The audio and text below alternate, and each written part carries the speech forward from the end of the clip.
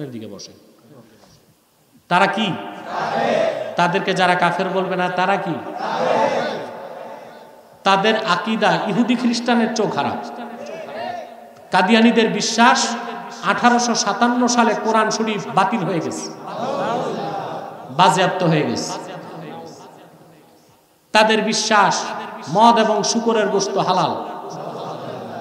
তাদের বিশ্বাস খ্রিস্টানরাও নাজাত প্রাপ্ত এবং বেহেশতে যাবে। তাদের বিশ্বাস মানে কত যে কুফরি আকীদা তাদের মধ্যে, তা ভাষায় প্রকাশ করা যাবে না। তারা অমুসলিম এবং কাফের, কিন্তু তারা মানুষকে ধোঁকা দেবার জন্য মুসলমানদের মতো দাড়ি রাখে, টুপি লাগায়, মুসলমানদের মতো নাম রাখে। তাই বলি কি তারা মুসলমান হবে? আরে ভাই, দাড়ি রাখলে কেউ যদি মুসলমান হতো তো রবীন্দ্রনাথ ঠাকুরের চেয়ে বড় মুসলমান কে হয়েছে? সে কি মুসলিম ছিল? আবার এখন যে আছে এই ব্যাটারটা লম্বা হইতেছে, নাভি পর্যন্ত গেছে মোটামুটি,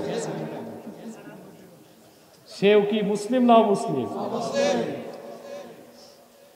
নাম রাখলে মুসলমান হওয়া যায়? এক শয়তান বোতলে পেশাব করে লেবেল লাগাইছে শরবত। ওটা কি শরবত হবে? ভিতরে কি? তদ্রুপ কাদিয়ানীরা অমুসলিম। আব্দুল আউয়াল, আব্দুস সামাদ, মুবাশশির আলী, কবির চৌধুরী এসব নাম রাখার দ্বারা তারা মুসলমান হতে পারে না।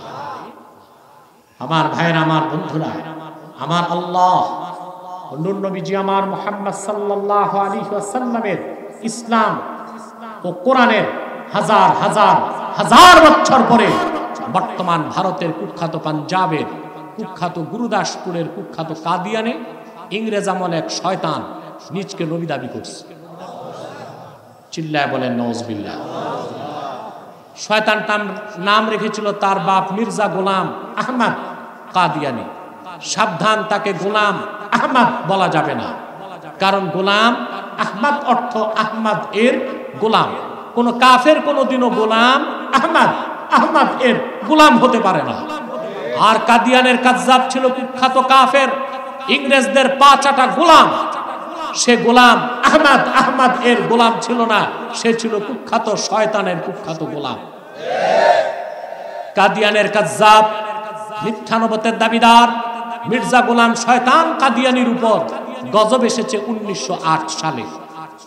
যখন গজব এসেছে, কাদিয়ানের কাজ্জাব মিথ্যানবতের দাবিদার মির্জা গোলাম শয়তান কাদিয়ানি 1908 সালে ধ্বংস হয়ে কুখ্যাত জাহান্নামের কুখ্যাত কুকুরে পরিণত হয়েছে। তার অনুসারীরাও ধ্বংস হয়েছে। বর্তমানে কিছু কাদিয়ানি বাংলাদেশে আছে, যারা বিভিন্ন রাজনৈতিক দলে ঘাপটি মেরে বসে আছে, বিভিন্ন শিক্ষা প্রতিষ্ঠানে ঘাপটি মেরে বসে আছে। 2013 সালে যে শিক্ষা কমিশন গঠন করা হয়েছিল, সেটা চেয়ারম্যান ছিল কবির চৌধুরী, একটা কাদিয়ানী। আর সেই সুযোগেই সে বিবর্তনবাদের মতো কুফরি মতবাদকে বইতে ঢুকায় গেছে। এভাবে বিভিন্ন ডিপার্টমেন্টে এবং সংগঠনে বাংলাদেশে তারা ঘাপটি মেরে বসে আছে। তারা মানুষকে ধোঁকা দিতে নাম পরিবর্তন করে করে মিথ্যা পরিচয় দেয়।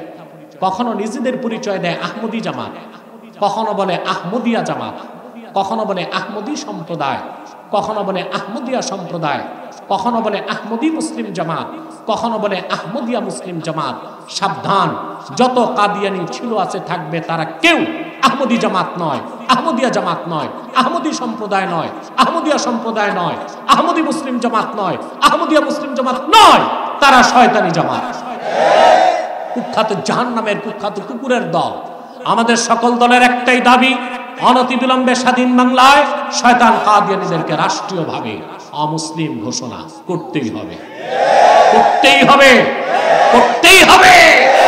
এই দাবি আদায়ে যদি জানমাল দিতে হয়, কারা কারা প্রস্তুত আছেন? আমার প্রিয় ভাই, আমার প্রিয় ভাই ও বন্ধুগণ, হেফাজতে ইসলাম বাংলাদেশের 13 দফা দাবি ছিল, ঠিক কিনা? এই 13 দফা দাবির মধ্যে মূল দাবিটাই ছিল কাদিয়ানীদেরকে রাষ্ট্রীয়ভাবে অমুসলিম ঘোষণা করতে হবে।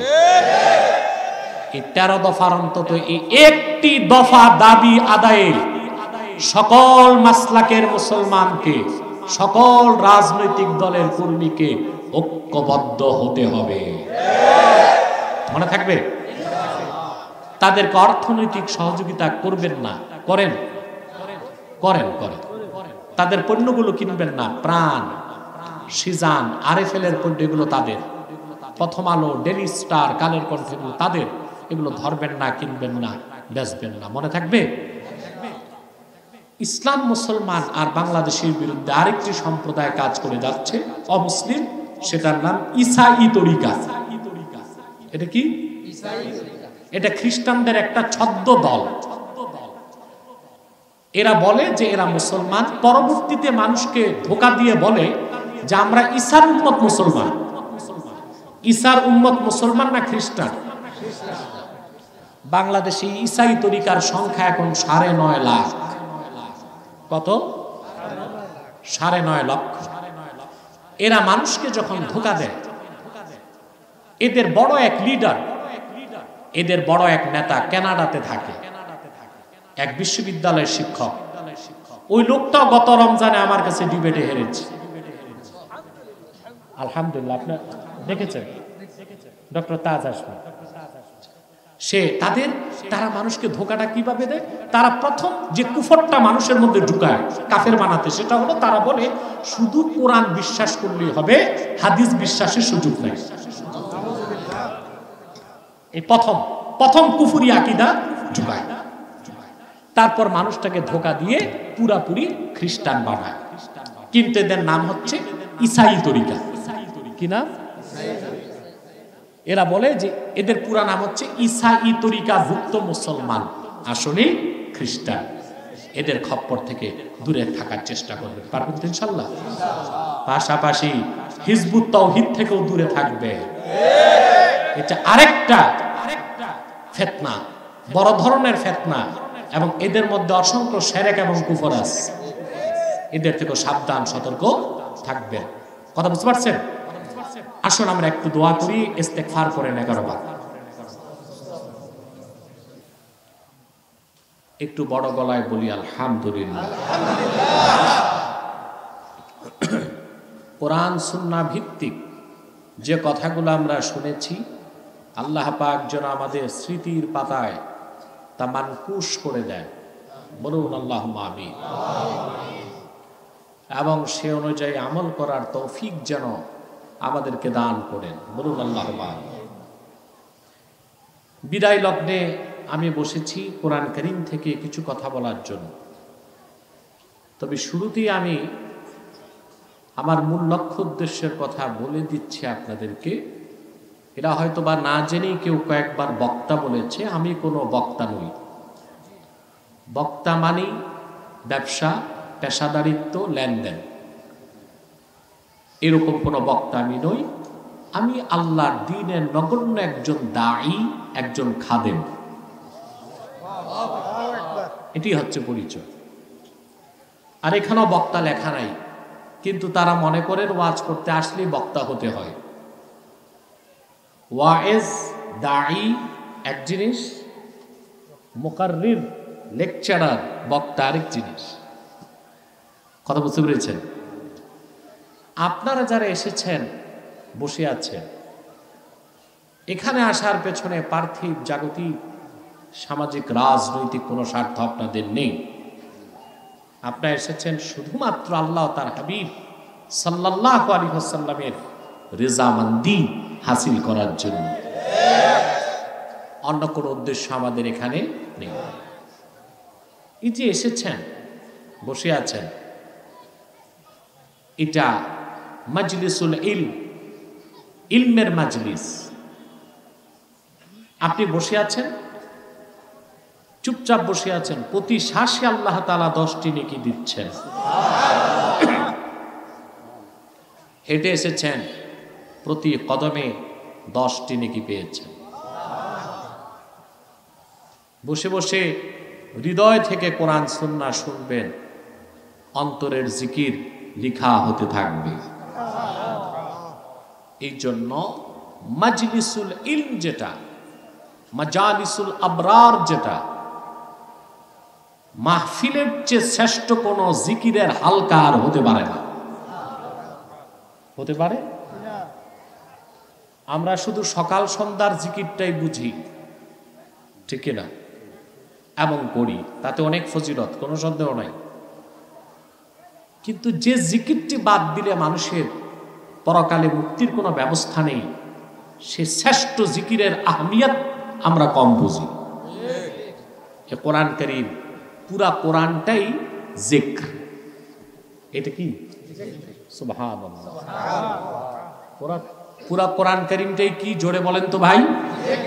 জিক্র। আল্লাহ পাক কোরআন কারীমে বলেছেন, وَمَنْ أَعْرَضَ عَنْ ذِكْرِي فَإِنَّ لَهُ مَعِيشَةً ضَنكًا وَنَحْشُرُهُ يَوْمَ الْقِيَامَةِ أَعْمَى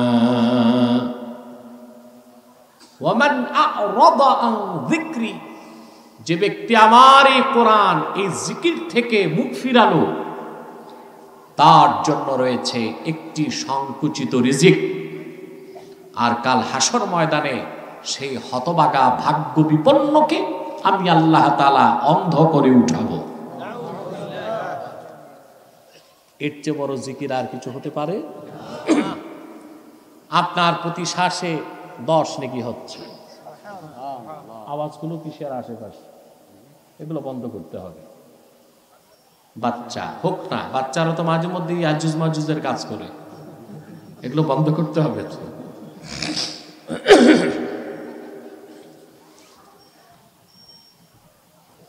সেজন্য বলেছি, কোরআন কারীমের মাজলিসের চেয়ে বড় মুতাবাররাক ফজিলতের জিকিরের বড় কোনো হালকা হতে পারে না। এতে আপনারা খুশি না বেজার? আমরা খুশি, আল্লাহ পাক খুশি, মাখলুকাত খুশি, কুল কায়নাত খুশি, ফেরেশতা কুল খুশি, সব খুশি, শুধু বেজার শয়তান। শয়তান বেজার, তার চেলাচামুন্ডারও বেজার। শয়তানের সব চেষ্টা ব্যর্থতায় পর্যবসিত হয়েছে। এখন একটি চেষ্টা বাকি আছে, আপনাদেরকে একটু পরেই তো মুনাজাত থেকে উঠানো যায় কিনা। কারণ আপনারা কোরআন কারীম শুনে মুনাজাত করে যাবেন, গুনাহ তো একটা আমলনামায় থাকবে না। সুবহানাল্লাহ বলবেন না? এটা আমার কথা নয়, এটা হাদিস শরীফে এসেছে। মানুষ যখন কোরআন হাদিস শুনতে বসে যায়, একদল ফেরেশতা আল্লাহর কাছে পৌঁছে যায়। আল্লাহ পাক জিজ্ঞেস করেন, কোথা থেকে এসেছো? তারা বলেন, তোমার কিছু বান্দা একত্রিত হয়ে কোরআনের ইলম শিখতেছে, ওখান থেকে আসলাম। আল্লাহ রাব্বুল আলামিন প্রশ্ন করেন, ফাআইয়ু শাইইন ইয়াতলুবুন, আমার বান্দারা কষ্ট করে বসে আছে, আরামের ঘুমকে হারাম করে তারা আমার কাছে কি চায়? কি চান আপনারা? জান্নাত। মূল তো একটাই, তোমার জান্নাত ডবল না হয় সেটাও খেয়াল রাখতে হবে। স্টেজ আওয়াজ বাড়াতে হবে। আপনার কথা বুঝতে পারছেন, শুনতেও পাচ্ছেন, তবে আমার সাউন্ড কম হলে কি হবে? আপনাদেরও ভোল্টেজ কম। প্রিয় সুধী, আল্লাহ পাক বলেন, ফাআইয়ু শাইইন ইয়াতলুবুন, ওরা কি চায় আমার কাছে? ফেরেশতারা বলেন, আল্লাহ তোমার জান্নাত চায়। আল্লাহ পাক জান্নাত কি দেখেছো না? ফেরেশতারা বলেন, আল্লাহ তা তো দেখে না। আল্লাহ রাব্বুল আলামিন আবার প্রশ্ন করেন, ওয়া মিন আইয়ি শাইইন ইয়াতাআওয়াযুন, ওদের মনটা নরম কেন, চোখে পানি কেন, ওরা কিসের থেকে আমার কাছে বাঁচতে চায়? ফেরেশতারা বলেন, আল্লাহ তোমার জাহান্নাম থেকে বাঁচতে চায়। আল্লাহ পাক বলেন, হাল রাআউহা, জাহান্নাম কি দেখছো? ফেরেশতারা বলেন, আল্লাহ জাহান্নাম দেখে নাই, না দেখে বিশ্বাস কর। বিষয় তো এটাই। আল্লাহ রাব্বুল আলামিন বলেন, ফেরেশতারা সাক্ষী থাকো, আমার কোরআনকে ভালোবেসে যারা বসে আছে তাদের জীবনের সমস্ত গুনাহকে আমি মাফ করে দিলাম, জাহান্নাম তাদের জন্য হারাম ঘোষণা করে দিলাম, আর আমার জান্নাত তাদের জন্য আমি বরাদ্দ করে দিলাম। কি নসিব আপনাদের, কি কিসমত যে আল্লাহ তাআলার কোরআনের আশ্রয় পেয়েছেন। আলহামদুলিল্লাহ বলেন। আসুন আমরা আজকে কোরআন কারীম সূরা বাকারা থেকে একটি আয়াত তেলাওয়াত করেছি। কয়টি আয়াত? 21 নম্বর আয়াত। এই আয়াতটি থেকে আল্লাহ তাআলা কি বলেছেন বান্দাকে, সেই শিক্ষাটি গ্রহণ করে আমরা আজকে বাড়ি যাব ইনশাআল্লাহ। সূরাতুল বাকারার শুরু থেকে 20 নম্বর আয়াত পর্যন্ত আল্লাহ তাআলা পৃথিবীর মানুষের 3টি শ্রেণীর আলোচনা করেছেন। কয়টি শ্রেণী? পৃথিবীর যত মানুষ সব 3 শ্রেণীতে বিভক্ত। কয় শ্রেণী? মুমিন, মুনাফিক, কাফের। এই তিনের বাইরে চতুর্থ কোন শ্রেণী নেই। আপনি আশ্চর্য হবেন, 3 নামই কোরআন কারীমের সূরা আছে। সূরা আল মুমিনুন, সূরা মুনাফিকুন, সূরা কাফিরুন। মুমিনুন, মুনাফিকুন, কাফির। প্রশ্ন আসে, মুশরিক গেল কই? এই মাইকটা বন্ধ করে দেন। ওখানে নাই সুইচ। মুশরিক রয়ে যায় নাকি? শব্দ করেন, আওয়াজ করেন একটু। মুশরিক কাফেরের মধ্যেই আছে। এটা মুহাদ্দিসগণ বলেন, ইন্না বাইনা শিরকি ওয়াল কুফরি ওয়াজহাল উমুমি ওয়াল খুসুস। শিরক এবং কুফরের মধ্যে আম ও খাসের সম্পর্ক। প্রত্যেক মুশরিক কাফের, কিন্তু প্রত্যেক কাফের মুশরিক নাও হতে পারে। ঠিক কিনা? এজন্য আল্লাহ পাক মুশরিকরা রাখছেন কিসের মধ্যে? কাফেরের মধ্যে। 3 শ্রেণী, এর বাইরে চতুর্থ কোন শ্রেণী নাই। আপনি হয় মুমিন হবেন, নয় মুনাফিক হবেন, নয় কাফের। নিরপেক্ষ থাকার কোনো সুযোগ নাই। নিরপেক্ষ বলতে কোনো কিছু নাই। আপনারা বুঝতে পারতেছেন কথা? আল্লাহ তাআলা, আল্লাহ রাব্বুল আলামিন সূরাতুল বাকারার শুরু থেকে 3টি শ্রেণীর কথাই বলেছেন। মুমিনের কথা দিয়ে শুরু করলেন, কাফেরের কথা আলোচনা করলেন, মুনাফিকের কথা আলোচনা করে আল্লাহ তাআলা সিদ্ধান্ত দিয়ে দিলেন একমাত্র মুমিন নাজাত পাবে, সফলতা লাভ করবে। 20 আয়াত পর্যন্ত এই কথা আছে। শ্রেণী 3টা করলেন, মুনাফিক, মুশরিক, কাফের, জাহান্নামী। ব্যর্থ, একমাত্র সফল ইহকাল ও পরকালে মুমিন। তার নাম কি? ইমানদার। এখন সেই ইমানদারের কথা বলতে যে ঈমান আনার পরে প্রথম যে কাজ, যে দায়িত্ব, যে কর্তব্য মানুষের উপর 21 নম্বর আয়াত থেকে তা শুরু হলো। আপনারা সুবহানাল্লাহ বলবেন না? কথা এখন তো বোঝা যাচ্ছে। 21 নম্বর আয়াত থেকে আমাদের দায়িত্ব এবং কর্তব্য কি সেটা আল্লাহ তুলে ধরলেন। আমার সাথে পড়েন। ইয়া আইয়ুহান নাস উবুদু রাব্বাকুমুল্লাযী খালাকাকুম ওয়াল্লাযীনা মিন ক্বাবলিকুম লাআল্লাকুম তাত্তাকুন। আল্লাহ তাআলা গোটা মানব জাতিকে ডাক দিয়ে বললেন, ইয়া আইয়ুহান নাস, হে মানব জাতি, উবুদু রাব্বাকুম, তোমরা তোমাদের রবের ইবাদত করো। দায়িত্ব শুরু। আল্লাযী খালাকাকুম, যিনি তোমাদের সৃষ্টি করেছেন, ওয়াল্লাযীনা মিন ক্বাবলিকুম, তোমাদের পূর্ববর্তীদের সৃষ্টি করেছেন। কেন? লাআল্লাকুম তাশতানিবুন, লাআল্লাকুম তাত্তাকুন, আই তাশতানিবুন মিনাশ শিরকি ওয়াল কুফরি ওয়াদ দানাস, যেন তোমরা শিরক থেকে, কুফর থেকে রক্ষা পাও এবং জাহান্নাম থেকে বেঁচে আল্লাহর জান্নাতে যেতে পারো। 21 নম্বর আয়াতে এর আগে কোন বিধানের কথা নাই, কোন হুকুম, কোন আদেশ, কোন নিষেধ, এখান থেকে শুরু। সুবহানাল্লাহ। আল্লাহ পাক কেন মানুষকে তৈরি করলেন? সুবহানাল্লাহ। মানব সৃষ্টির মূল উদ্দেশ্য কি? কোরআনপন্থীদের এক দর্শন, বিজ্ঞানপন্থীদের আরেক দর্শন, ঠিক কিনা? কোরআনপন্থীদের আর বিজ্ঞানপন্থীদের। বিজ্ঞানকে যদি জিজ্ঞেস করেন, কথিত বিজ্ঞান, আল্লাহর কোরআনের বাইরে কোনো বিজ্ঞানই নেই। কথা বুঝতে পারছেন? প্রচলিত বিজ্ঞানকে যদি জিজ্ঞেস করেন মানুষ সৃষ্টি হলো কেমন করে, তো বলবে মানুষ নিজে নিজে সৃষ্টি হয়েছে। নাউজুবিল্লাহ। ওরা একটা গল্প তৈরি করছে, এটা বিজ্ঞানের গল্প। কার গল্প? এটা আপনারা জানেন।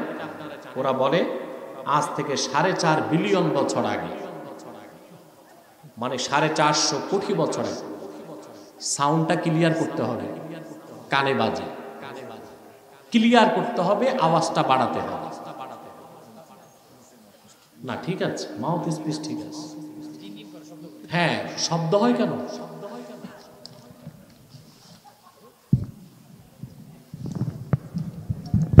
বাস বাস, এদিকে আওয়াজ ঠিক হয়ে যাবে তো। আমি সামনে গেলে বাড়তাম।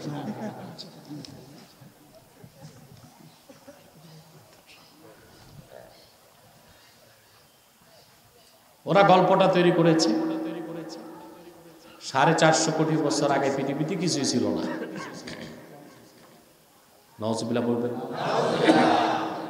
4.5 বছর আগে না, 450 কোটি বছর আগে কিছু ছিল না। কে দেখছে? কেউ তো ছিলই না।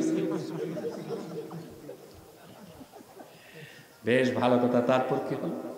গল্পটা অনেক বড়, আমি সংক্ষেপ করে বলছি। তারপর তারা বলতে চায় কোন এক সময় প্রচুর উল্কাপাত হয়েছে, প্রচন্ড বিস্ফোরণ ঘটেছে। বিস্ফোরণের কারণে মহাকাশ থেকে ক্রিস্টাল পৃথিবীতে এসেছে, ক্রিস্টাল গলে পানি হয়েছে, সমুদ্র হয়েছে। ভালো কথা।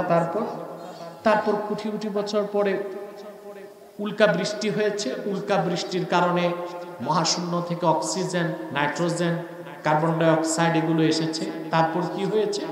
তারপর কোটি কোটি বছর পর সমুদ্রের পানিতে এক কুশি জীব তৈরি হয়েছে। তারপর ধীরে ধীরে এটা বিবর্তনের মাধ্যমে এটা ব্যাঙের সাইজ হলো। কোটি কোটি বছর পর ব্যাঙ পানি থেকে ডাঙ্গায় আসলো। তারপর বিবর্তনের মাধ্যমে এটা বানর হলো, শিম্পাঞ্জি, ওরাংউটাং এগুলো হয়েছে। তারপর আরো প্রায়, কেউ বলে 10 কোটি বছর আগে, ওদের মধ্যে আবার মতভেদ আছে।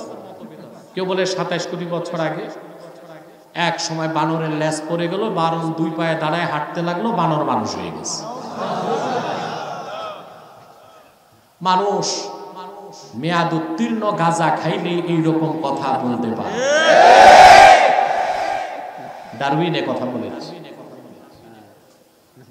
নাউজুবিল্লাহ। তারপরে পৃথিবীর সমস্ত বিজ্ঞানীরা একমত, ডারউইনের এই বিবর্তনবাদ কোনো সায়েন্টিফিক ফ্যাক্ট না, এটা একটা থিসিস। এটা কি? তার কল্পনা, তার ধারণা, তার অনুমান। অনুমান বা ধারণা কখনো বিজ্ঞান হয় না।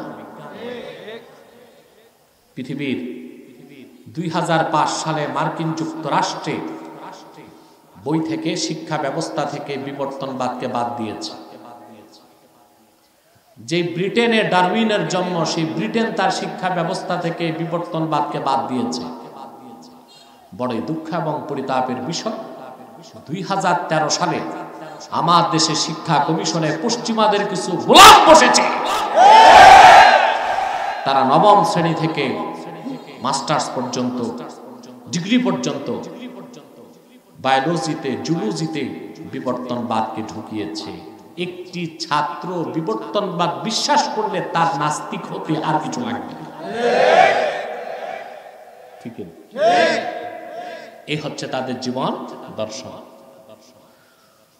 কোরআন কারীমকে যদি জিজ্ঞেস করা হয় মানুষ কেমন ভাবে সৃষ্টি হয়েছে, কোরআন আমাদেরকে মহাসত্যের সন্ধান দিয়েছে। আল্লাহ পাক বলেন, ইয়া আইয়ুহান নাসু ইন্না খালাকনাকুম মিন যাকারিন ওয়া উনসা ওয়া জাআলনাকুম শুউবান ওয়া ক্বাবাইলা লিতাআরাফু ইন্না আকরামাকুম ইনদাল্লাহি আতকাকুম।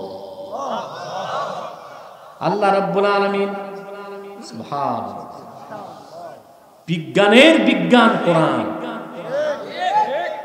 বিজ্ঞানের যে গল্প শোনা না, ওইটা রূপকথার গল্পের মতো। আমরা আগে ঠাকুরমার ঝুলিতে এগুলো পড়তাম। আপনারা পড়ছেন ঠাকুরমার ঝুলি? তো ব্রেন স্ট্রোক করবে এভাবে ঘুমাইলে। টাইট হয়ে বসো জোয়ান মানুষ। প্রিয় বন্ধুগণ, কষ্ট হচ্ছে আপনাদের নাকি? ঠাকুরমার ঝুলি পড়ছেন না আগে? আষাঢ়ে গল্প, আষাঢ় মাসে দাদি নানিরা এইরকম গল্প শুনাইত।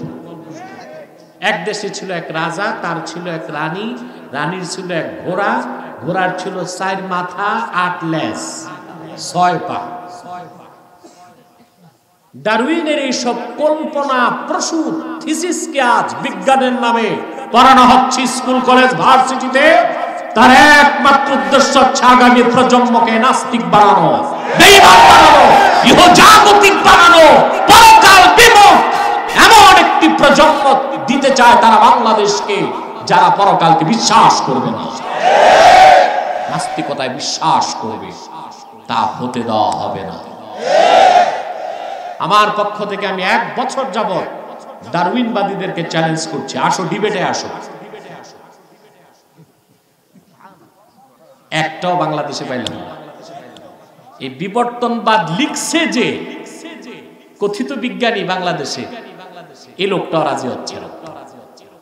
তো যে জিনিসের প্রমাণ নাই তা জোর করে আমার দেশের সরল প্রাণ যুবকদের ঘাড়ে কেন চাপিয়ে দিচ্ছ? সারা দুনিয়া বিবর্তনবাদকে বাদ দিয়েছে, বাংলাদেশে এটাই পুরানো জিনিস আমদানি করার দরকার। ভারতের শিক্ষামন্ত্রী বলেছে বিবর্তনবাদ বাদ দিতে হবে। সে দেশের প্রধানমন্ত্রী বলেছে যে না, আসলে তো আমরা হনুমানের বংশধর। ডারউইন একটু ভুল করছে, বানর বলছে আমরা তো হনুমানের বংশধর। ও আবার মেনে নিস, আবার এর জন্য তারা হনুমানের পূজাও করে। আমার প্রিয় ভাই বন্ধুগণ, আমাদেরকে কোরআন আমাদের লক্ষ্য উদ্দেশ্য বলে দিল। আমরা এমনি এমনি হই নাই, আল্লাহ তাআলা আমাদেরকে সৃষ্টি করেছেন। আল্লাহ বলেছেন, হে মানব জাতি, ইন্না খালাকনাকুম মিন যাকারিন ওয়া উনসা, আমি একজন পুরুষ আর একজন নারী থেকে তোমাদেরকে সৃষ্টি করেছি। অতঃপর গোত্র এবং সম্প্রদায়তে বিভক্ত করেছি। তোমাদের মধ্যে সেই শ্রেষ্ঠ যা আল্লাহকে বেশি ভয় পায়। এটাই সত্য।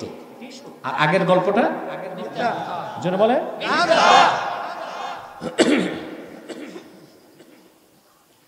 আমার ভাইয়েরা, আল্লাহ তাআলা কথাটি অন্যত্র বলে দিচ্ছেন,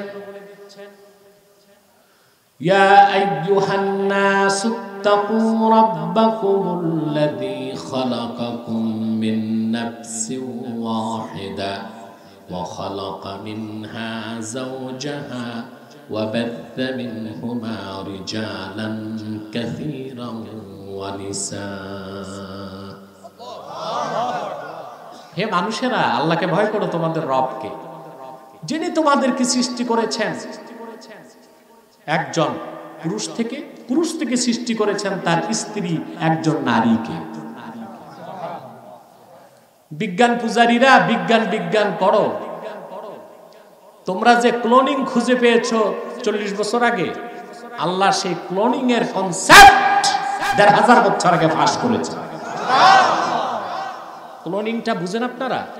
বিজ্ঞান এখন চাচ্ছে যে একজন মানুষের মতো হুবহু কপি আরেকটা মানুষ তৈরি করা যায় কিনা। আল্লাহ তাআলা মানুষকে পৃথিবীতে বিস্তারের জন্য একটা সিস্টেম করে দিয়েছেন, স্বামী স্ত্রী একত্রিত হতে হবে। এটা হচ্ছে যৌন প্রক্রিয়া। আর ক্লোনিং হচ্ছে অযৌন প্রক্রিয়া। বিজ্ঞান যেটা বলে যে একজন মানুষের দেহকোষ, একটা কোষ নেবেন, এই কোষের মধ্যে আছে সেক্স ক্রোমোজোম, এই সেক্স ক্রোমোজোমের মধ্যে আছে ডিএনএ, ডিঅক্সিরাইবোনিউক্লিক অ্যাসিড। আপনি কি বিজ্ঞানের প্রফেসর? জি, জুলজি পড়াইছেন? মাশাআল্লাহ। সাইকোলজি কিন্তু উনি জুলজির টিচার, আগে পড়ছি, এটি মনে আছে না? আমিও পড়ছি ২৬ বছর আগে, এখন সব মনেও নাই। এই যে ডিএনএ, ডিঅক্সিরাইবোনিউক্লিক অ্যাসিড, এই ডিএনএ কে নিয়ে আরেকজন মহিলার ওভাম ডিম্বাণুর মধ্যে সংযোজন করে মানুষ তৈরি করা যায় কিনা তারা চিন্তা করেছে, সফল হয় নাই, কিয়ামত তক সফল হবেও না। কিন্তু এই যে অযৌন প্রক্রিয়ায় মানুষ বানাবার চিন্তা ওরা করছে, সফল কোনোদিন হয় নাই, হবে না।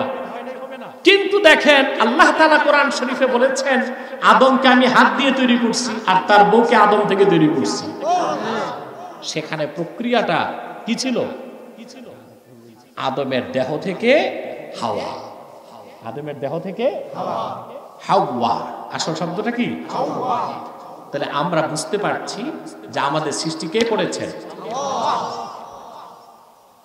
যারা বস্তুবাদী, সংশয়বাদী, নাস্তিক, ইহজাগতিক, যাদের আরেকটা নাম হচ্ছে ম্যাটারালিস্ট, বস্তুবাদী, পরকাল বিশ্বাস করেন, ইহজাগতিক। এদের আরেক নাম হচ্ছে সেকুলারিস্ট, এদেরই আরেক নাম। যদিও এরা একটু ধোঁকাবাজি করে, কিন্তু আমার কাছে এক বুদ্ধিজীবী হেরে গেছে, দেখছেন আপনারা। সেকুলারিজম, ধর্মনিরপেক্ষতার ব্যাখ্যা সে দিতে পারেনি, আমারটা মানতে বাধ্য হয়েছে। সেকুলারিস্ট মানে হচ্ছে ম্যাটারালিস্ট, বস্তুবাদী, ইহজাগতিক, পরকালের বিশ্বাস তাদের বিশ্বাস, বিজ্ঞান পূজারীদের বিশ্বাস মানুষ বানর থেকে। তো বানর এটার উৎপত্তি জঙ্গলে, আর কোরআন বলতেছে যে না, মানুষের উৎপত্তি জান্নাতে। কোথায় জঙ্গল, কোথায়? সুবহানাল্লাহ, বলবেন না? আল্লাহ রাব্বুল আলামিন বলেন, وَقُلْنَا يَا آدَمُ اسْكُنْ أَنْتَ وَزَوْجُكَ الْجَنَّةَ وَكُلَا مِنْهَا رَغَدًا حَيْثُ شِئْتُمَا وَلَا تَقْرَبَا هَذِهِ الشَّجَرَةَ فَتَكُونَا مِنَ الظَّالِمِينَ। আল্লাহ রাব্বুল আলামিন বলেন, আমি আদমকে ডেকে বললাম, তুমি এবং তোমার স্ত্রী পরমানন্দে জান্নাতে বসবাস করো, যা খুশি প্রাচুর্যের সাথে খাও। সুবহানাল্লাহ বলে। তা আমাদের আদি নিবাস বাবার বাড়ি, অনেকে চিন্তা করতেছে আমার বাড়ি, বাবার বাড়ি তো বরিশাল, কেউ ভাবতেছে নোয়াখালী, কেউ ফরিদপুর, কেউ টাঙ্গাইল, কেউ ময়মনসিংহ। না, আসলে বাবার বাড়ি কই?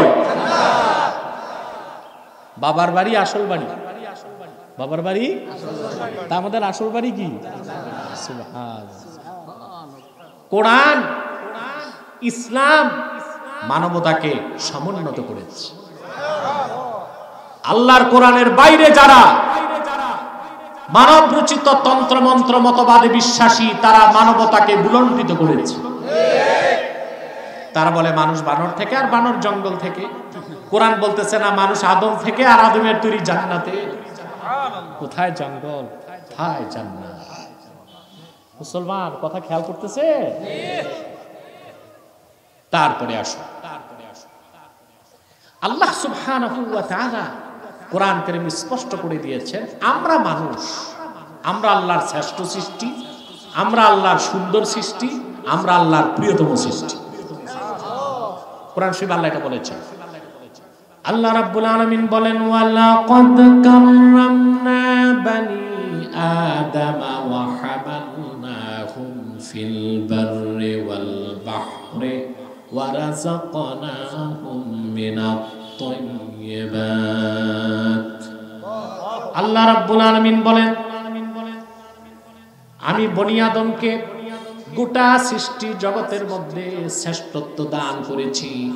শুধু তাই নয়, জল এবং স্থলে তারে কর্তৃত্ব দিয়েছি। সুবহানাল্লাহ। জলে স্থলে কর্তৃত্ব কার? অথচ মানুষ আকৃতিতে কত ছোট।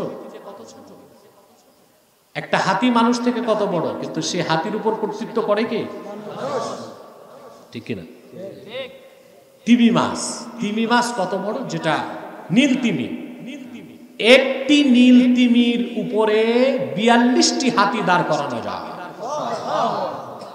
একটি নীল তিমির লেজে একটা হাতি দাঁড় করায় দিবেন, সে টের পাবে না এটা কি দাঁড়াইছে। এই জল এবং স্থলে কর্তৃত্ব কার? ওয়ারাযাকনাহুম মিনাত তাইয়্যিবাত। আর সবচেয়ে দামি পবিত্র জিনিসকে রিজিক হিসেবে দিয়েছে মানুষকে। প্রশ্ন হলো কেন? প্রশ্ন আসে না? এই মানুষকে আল্লাহ রাব্বুল আলামিন এত বেশি শ্রেষ্ঠত্ব কেন দিলেন? ভূপৃষ্ঠের কর্তৃত্ব কেন দিলেন? সৃষ্টি জগতের নেতৃত্ব কেন দিলেন? মানুষ সৃষ্টির মূল কারণ কি আল্লাহ পাক তা ব্যাখ্যা করে দিয়েছেন। ওয়া মা খালাকতুল জিন্না ওয়াল ইনসা ইল্লা লিয়াবুদুন। মানুষ আর জিন আমি সৃষ্টি করেছি আমার ইবাদতের জন্য। বলেন সুবহানাল্লাহ। সেজন্য আল্লাহ রাব্বুল আলামিন সূরা বাকারা শুরু থেকে ২০ নম্বর আয়াত পর্যন্ত পুরো একটি রুকুর মধ্যে মানব জাতির ক্লাসিফিকেশন করেছেন, শ্রেণীবিন্যাস করেছেন। নাজাত প্রাপ্ত, মুক্তিপ্রাপ্ত একমাত্র মুমিন, সেই কথাটাকে চূড়ান্ত সিদ্ধান্ত দিয়ে তারপরে তিনি সেই মুমিন হিসেবে আল্লাহ পাক বলেন, ইয়া আইয়ুহান নাসু উবুদু রাব্বাকুমুল্লাযী খালাকাকুম ওয়াল্লাযীনা মিন ক্বাবলিকুম লাআল্লাকুম তাত্তাকুন। হে মানব জাতি, তোমরা তোমাদের রবের ইবাদত করো। বলেন সুবহানাল্লাহ। কয়েকটি সূক্ষ্ম বিষয় আপনাকে এখন অনুধাবন করতে হবে। আল্লাহর পক্ষ থেকে যত নবী এসেছেন পূর্বে, লক্ষাধিক নবী রাসূল, তাদের শরীয়তে ভিন্নতা ছিল, কিন্তু মৌলিক 5টি বিষয়ে তারা একমত ছিলেন। তার প্রথমটি হচ্ছে তাওহীদ। প্রথমটি কি? প্রত্যেক নবী আল্লাহর একত্বের ঘোষণা করেছেন। দ্বিতীয় যে বিষয়ে সমস্ত নবী একমত ছিলেন তা হচ্ছে মুহাম্মদ সাল্লাল্লাহু আলাইহি সাল্লাম আল্লাহর শেষ নবী এবং নবীগণের নবী। আল্লাহ প্রত্যেক নবীকে নবুয়ত দেবার আগে ওয়াদা নিয়েছেন, যদি তোমরা মুহাম্মদ সাল্লাল্লাহু আলাইহি সাল্লামের রিসালাত নবুয়তের জামানা পেয়ে যাও, তোমাদের উপর ফরজ হচ্ছে আমার নবী মুহাম্মদ সাল্লাল্লাহু আলাইহি সাল্লামের রিসালাতকে তোমরা বিশ্বাস করে ওনার উম্মত হয়ে যাবে। এজন্য রাসূল করিম সাল্লাল্লাহু আলাইহি সাল্লাম আখিরি নবী হিসেবে সকল নবীগণের নবী, তিনি নবিয়ুল আম্বিয়া। বলেন সুবহানাল্লাহ। সমস্ত নবীগণ তাদের নিজ নিজ যুগে প্রচার করে গিয়েছেন। আল্লাহ এক প্রচার করেছেন। সমস্ত নবীগণের নবী আখিরি জামানার নবী, যার মাধ্যমে আল্লাহর দ্বীন পরিপূর্ণ হবেন, তিনি মুহাম্মদ সাল্লাল্লাহু আলাইহি ওয়াসাল্লাম। তৃতীয় যে বিষয়ে নবীগণ একমত ছিলেন তা হচ্ছে ইবাদত লিল্লাহি ওয়াহদা, ইবাদত হবে একমাত্র আল্লাহর। চতুর্থ যে বিষয়ে সমস্ত নবী একমত ছিলেন, প্রচার করেছেন, তা হচ্ছে আখিরাত, পরকালের কথা বলেছেন। পঞ্চম যে বিষয়ে সমস্ত নবীগণ একমত ছিলেন তা হচ্ছে সালাত। প্রত্যেক নবী নিজে নামাজ পড়তেন এবং অন্যকে নামাজ পড়তে বলতেন। কয়টি বিষয়? সে 5টি মৌলিক কথার একটি ছিল ইবাদত। সকল নবী আল্লাহর ইবাদতের কথা বলেছেন। সুবহানাল্লাহ বলবেন না?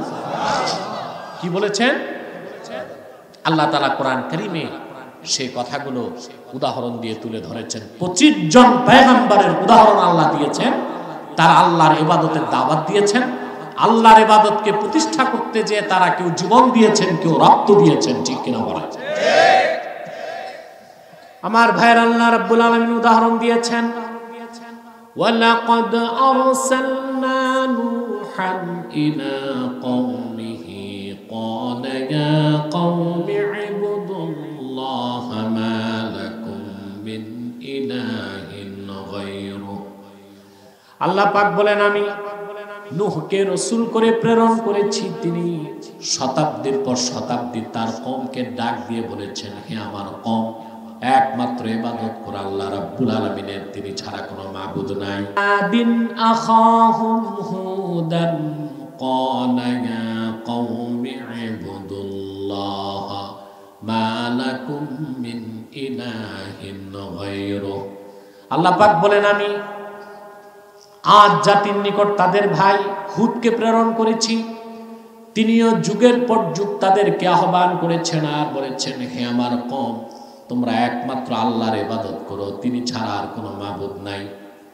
আল্লাহ পাক আবার উদাহরণ দিয়েছেন, ওয়া ইলা সামুদ আখাহুম সালিহান ক্বালা ইয়া কওমি ইবুদুল্লাহ মা লাকুম মিন ইলাহিন গায়রুহু।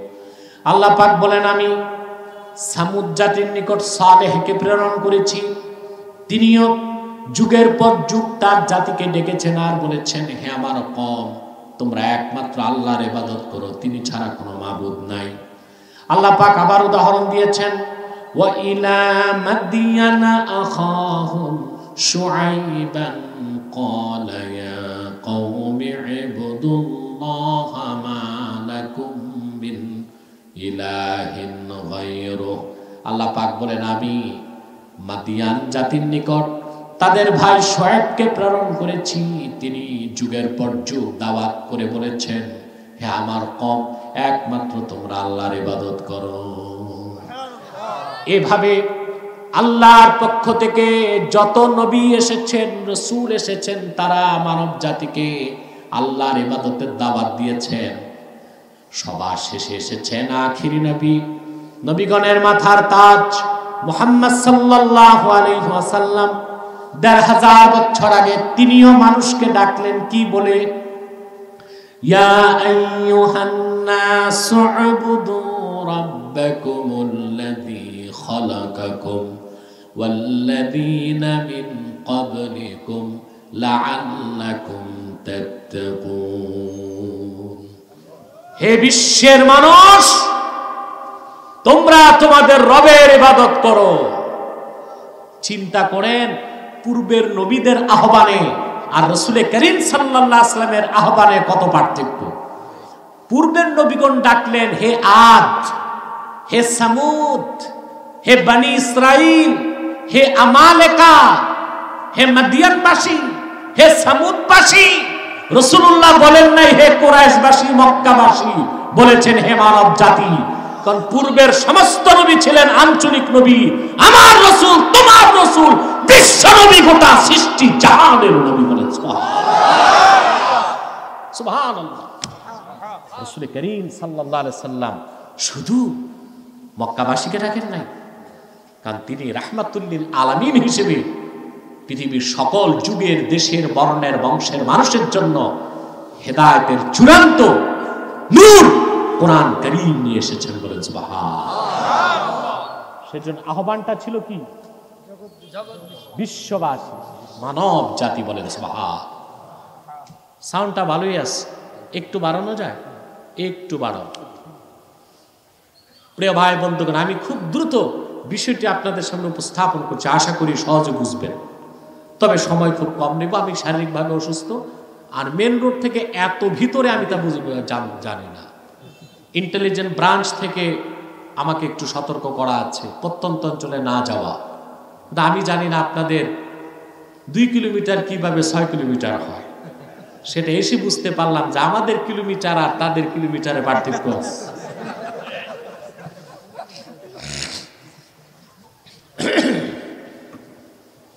প্রিয় ভাই বন্ধুগণ, যে কথা বলছিলাম, তাহলে আল্লাহ রাসূল সাল্লাল্লাহু আলাইহি ওয়াসাল্লাম ডাক দিলেন, হে মানব জাতি,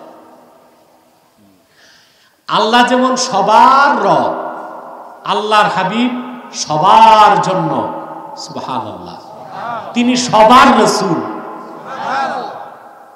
সুবহানাল্লাহ।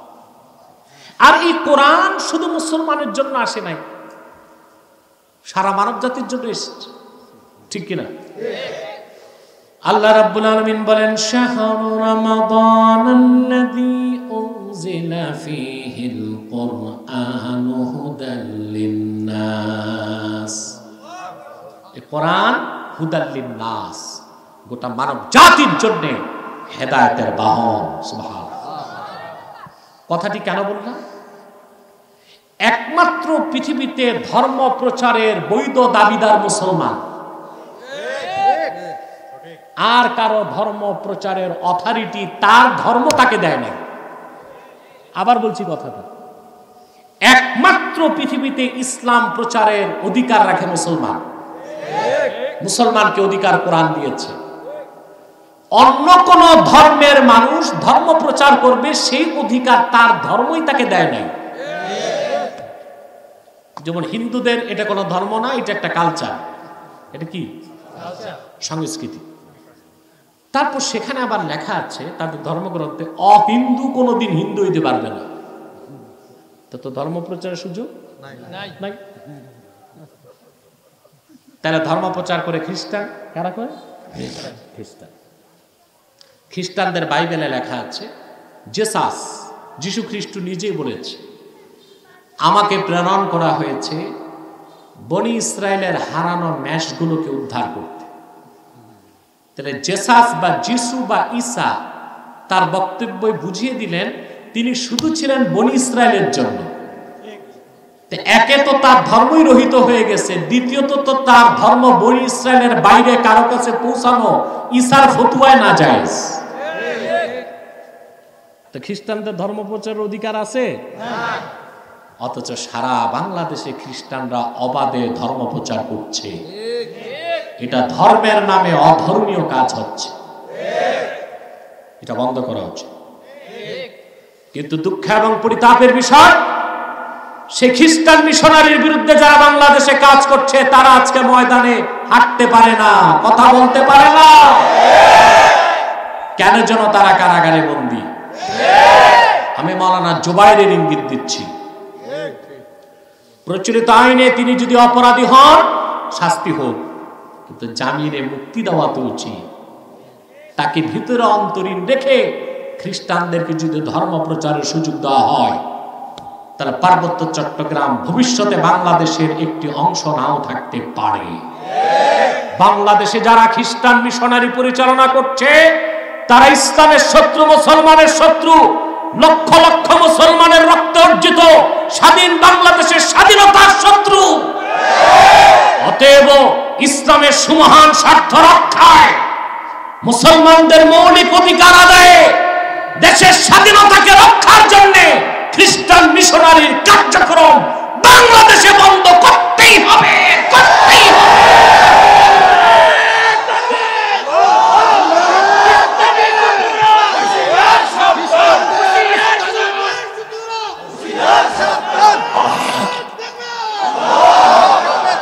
খ্রিস্টানদের আস্তানা,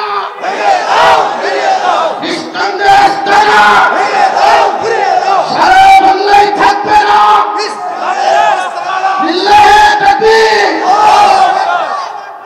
প্রিয় সুধী, আমি এই জনতার পক্ষ থেকে গভর্নমেন্টকে করজোর অনুরোধ করব,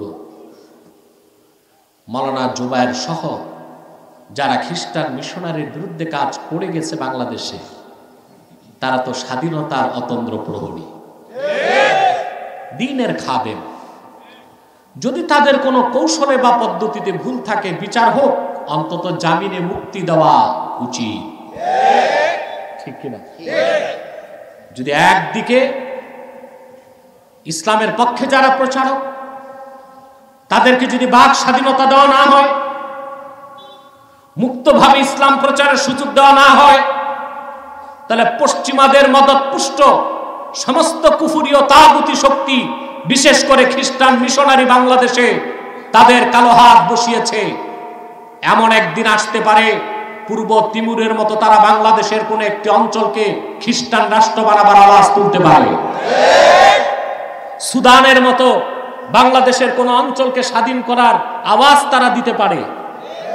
ফিলিপাইন এক সময় একটি মুসলিম অধ্যুষিত রাষ্ট্র ছিল, ফিলিপাইনের মতো এদেশে খ্রিস্টান সংখ্যা বেড়ে যেতে পারে।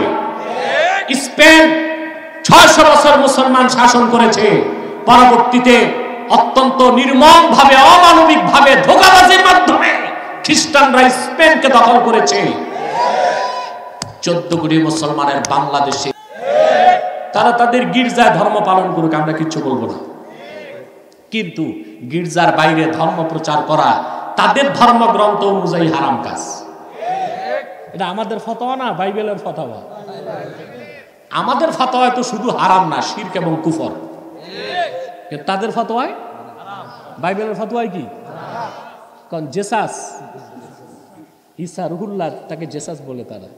উনি নিজেই বলে গেছেন, আমি আসছি বনি ইসরায়েলের জন্য। অবনি ইসরায়েল যারা ইহুদি খ্রিস্টান না, তাদের কাছে তাদের ধর্ম পৌঁছানো এটি কি ধর্মীয় কাজ না ধর্মের নামে অধর্মীয় কাজ? একমাত্র ধর্ম প্রচার করবে কারা? এই অধিকার কে দিয়েছে মুসলমানকে? আল্লাহ রাব্বুল আলামিন বলেন, কুনতুম খায়রা উম্মাতিন উখরিজাত লিন-নাস তা'মুরুনা বিল মা'রুফি ওয়া তানহাউনা 'আনিল মুনকার। তোমরাই শ্রেষ্ঠ জাতি, তোমাদের বের করা হয়েছে লিন-নাস, গোটা মানব জাতির জন্য। সুবহানাল্লাহ বলবেন না? তাহলে রাসূল করিম সাল্লাল্লাহু আলাইহি ওয়াসাল্লাম আল্লাহর ইবাদতের দিকে মানুষকে ডাকলেন। ডাকটা ছিল সার্বজনীন, ডাকটি ছিল বিশ্বজনীন। ইয়া আইয়ুহান নাস, হে মানব জাতি, উবুদু রাব্বাকুম, তোমরা তোমাদের রবের ইবাদত করো। এখন আসেন, সে ইবাদত করবেন? বড় গলায় বলেন ইনশাআল্লাহ। এখন এই ইবাদতের অর্থ কি এটা ব্যাখ্যা করে দিচ্ছে। আপনার পিছনে কথা বলবেন না। প্রিয় সুধী, আল্লামা ইমাম বাগাবী রাহমাতুল্লাহ মাআলিমুত তানজিলে ইবাদত শব্দের অর্থ লিখেছেন, ইবাদত হচ্ছে আল ইতাআতু মা'a যিল্লাতি ওয়াল খুদু', একনিষ্ঠ চিত্তে নিজকে তুচ্ছ মনে করার দ্বারা আল্লাহ তার রাসূলের আনুগত্যকে মানার নাম ইবাদত। সুবহান, এটা ইসলামের অনেক বড় একটা জিনিস। 3টি জিনিস মিলে দিন ইসলাম, ঈমান, ইসলাম, ইহসান, 3 মিলে দিন ইসলাম। এটা আপনি ইউটিউবে পাবেন, আমার পূর্ণাঙ্গ দিনের ব্যাখ্যা এই নামে একটি আলোচনা আছে। কথা বুঝতেছেন? তাহলে এই যে ইবাদত, এর অর্থই হচ্ছে নিজকে তুচ্ছ মনে করার দ্বারা আল্লাহ তার রাসূল সাল্লাল্লাহু আলাইহি ওয়াসাল্লামের আনুগত্যকে মেনে নেওয়া। ইমামে বায়জাবি রাহমাতুল্লাহি আলাইহি ইবাদত শব্দের ব্যাখ্যায় লিখেছেন, ইবাদত শব্দটা এসেছে তারিকুল মা'বাদ থেকে। তারিকুল মা'বাদ বলা হয় যে পথ বানানো হয় না, মানুষের পদাঘাতে তৈরি হয় পথ, সেটাকে বলা হয় তারিকুল মা'বাদ, মেঠো পথ। কি পথ? আপনাদের গ্রামে পথ আছে না, মেঠো পথ, ওটা কি রোলার দিয়ে বানায় সিটি কর্পোরেশন? মানুষ চলতে চলতে পায়ের আঘাতে পথ তৈরি হয়ে যায়। সে তরিকুল মা'বাদ থেকে ইবাদত, অর্থাৎ বান্দা আল্লাহর গোলামির ক্ষেত্রে ওই রকম তরিকুল মা'বাদ হয়ে যাবে। সুবহানাল্লাহ, তার নিজস্ব ইচ্ছা বলে কোনো কিছু থাকবে না। 3 নাম্বার হচ্ছে ইবাদতের ব্যাখ্যা করেছেন হাফেজ জালালউদ্দিন সুয়ুতি রাহমাতুল্লাহ। তিনি ব্যাখ্যা করেছেন ইবাদত হলো ইমতিসালুল আওয়ামির ওয়া ইজতিনাবুন নাওয়াহি, কোরআন হাদিসের সব হুকুমকে মানা আর সব নিষেধকে ছাড়া, তার নাম হলো ইবাদত। বলেন সুবহানাল্লাহ। বুঝতেছেন ইবাদত? তাহলে ইবাদত অর্থ শুধু নামাজ, রোজা, হজ, যাকাত না, এর অর্থ ব্যাপক। নামাজ, রোজা, হজ, যাকাতের সাথে সাথে কোরআন সুন্নাহর সমস্ত হুকুমকে মানা, নিষেধকে ছাড়া, তার নাম কি? তার নাম কি? ইবাদত। এই ইবাদত আপনি, তাহলে ইবাদতের সহজ অর্থ এটা পেলাম আমরা, হুকুম মানা, নিষেধ ছাড়া, এর নাম কি? জোরে বলেন। আমি মূল বক্তব্যে চলে এসেছি, 2-3 মিনিটে শেষ হয়ে যাবে ইনশাআল্লাহ। ইবাদতের মূল হচ্ছে হুকুম মানা, নিষেধ ছাড়া, হুকুম মানা, নিষেধ ছাড়া। এতটুকু বুঝতে পারছেন আমার ভাইয়েরা? এবার আরেকটি সূক্ষ্ম বিষয় লক্ষ্য করেন। আল্লাহ পাক এখানে ইবাদতের কথা বলার সময় রব শব্দ কেন আনলেন? আল্লাহ তো শব্দটা নিজের বড় নামটা নিতে পারতেন, ইয়া আইয়ুহান নাস উবুদুল্লাহ, তোমরা আল্লাহর ইবাদত করো, তা কেন বললেন না? রাব্বাকুম বলে নিজের রুবুবিয়তের কথা কেন বললেন? তার কারণ হচ্ছে রবের রুবুবিয়তকে বান্দা তার উবুদিয়াতের মাধ্যমে দ্রুত চিনতে পারে। আল্লাহ তাআলা ইঙ্গিত করলেন, বান্দা তোর রব আমি, তোর রব আমি, আর তুই আমার আব্দ, তুই আমার আব্দ। আব্দ মানে হচ্ছে রবের গোলামি করবে, আব্দের আর কোনো কাজ। সেজন্য আমার আবার রব শব্দের ব্যাপক তাফসীর, এটা সূরা ফাতিহার তাফসীরে শুনে নেবেন। আজকে তো অত সময় নাই, আমি শুধু সংক্ষেপে বলে যাচ্ছি। তাহলে এই জন্য আল্লাহ তাআলা ইয়া আইয়ুহান নাস উবুদুল্লাহ বলেন নাই, ইয়া আইয়ুহান নাস উবুদু রাব্বাকুম বলেছেন। রব কাকে বলা হয়? সুবহানাল্লাহ, সুবহানাল্লাহ। আর রাব্বু বিমা'না তারবিয়াহ হিয়া তাবলীগু শাইই ইলা কামালিহি শাইআন ফাশাইআ। রব শব্দটা তারবিয়াতের অর্থে আসে। তারবিয়াত হচ্ছে অস্তিত্বহীনকে অস্তিত্ব দান করার পরে হঠাৎ সৃষ্টি না করা, ধাপে ধাপে, ক্রমে ক্রমে, ধীরে ধীরে, আস্তে আস্তে সৃষ্টিকে তার পূর্ণতায় পৌঁছে দেওয়া। এই সবটুকু কাজকে বলা হয় তারবিয়া। এই কাজ যিনি করেন তাকে বলা হয় রব। আল্লাহ হচ্ছেন রব্বুল আলামিন। সুবহানাল্লাহ, সুবহানাল্লাহ। খেয়াল করেন, রবকে সহজে চিনার ব্যবস্থা কোরআন। সুবহানাল্লাহ। এখানে যার বয়স 50, কত? 51 বছর আগে আপনার কি পরিচয় ছিল? নাম ছিল সলিমউদ্দিন, কলিমউদ্দিন, ভুইয়া, চৌধুরী, চ্যাটার্জি, ব্যানার্জি। আপনার একটা নাম ছিল কিছুই না।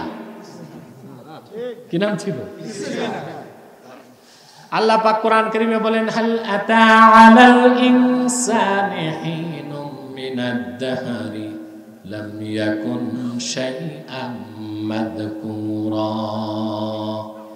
মানুষের জীবনে এমন একটি মুহূর্ত কি আসে নাই, মানুষটি উল্লেখযোগ্য কোনো বস্তুই ছিল না, কিছুই না ছিল।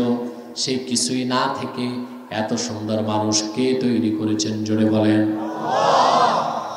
1 ঘন্টায়, 1 দিনে, 1 সপ্তাহে, 1 মাসে, 10 মাসে।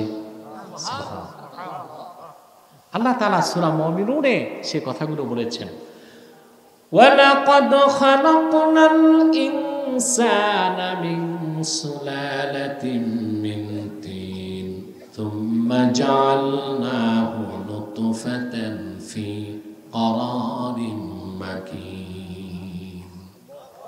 আমি মানুষকে তৈরি করেছি মাটির সারণীর চাষ থেকে,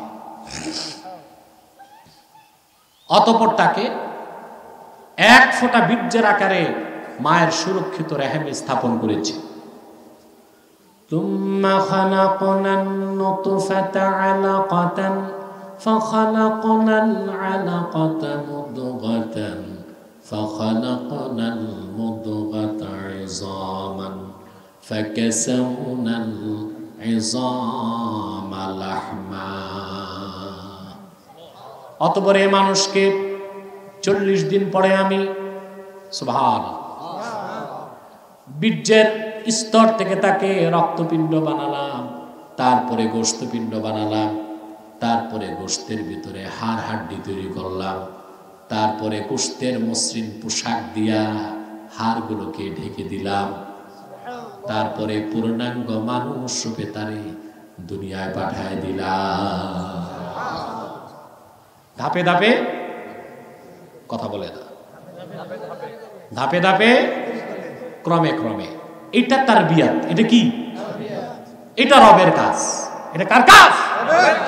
তারপরে তিনি বেঁচে থাকার জন্য রিজিক দেন, অক্সিজেন দেন, অসুস্থ হলে সুস্থ করেন, চোখে দৃষ্টি দিয়েছেন, কানে শ্রবণ শক্তি দিয়েছেন, মুখে বাক শক্তি দিয়েছেন, অন্তরে অনুধাবন শক্তি দিয়েছেন, মস্তিষ্কে চিন্তা শক্তি দিয়েছেন, চামড়ায় অনুভূতি শক্তি দিয়েছেন, তারপরে অমূল্য রত্ন ইলম দান করেছেন। এসব কার কাজ? আল্লাহর কাজ। রুবুবিয়ত। আমরা আব্দ। আমরা কি? আব্দ যেন রবের রুবুবিয়তকে বুঝে মস্তক নত করে দেয়। এই জন্য আল্লাহ তাআলা ইবাদতের প্রথম নির্দেশে উবুদুল্লাহ বলেন নাই, উবুদু রাব্বাকুম বলেছেন, তোমরা তোমাদের রবের ইবাদত করো। তার মানে হচ্ছে আব্দ বান্দা অস্তিত্বে আসার পর থেকে তার ইবাদত করবে। এই ইবাদতের জিনজির কোন দিন তার গর্দান থেকে সরবে না। এবার আসেন, ইবাদতের শুরু হলো আলামে আরওয়াহে।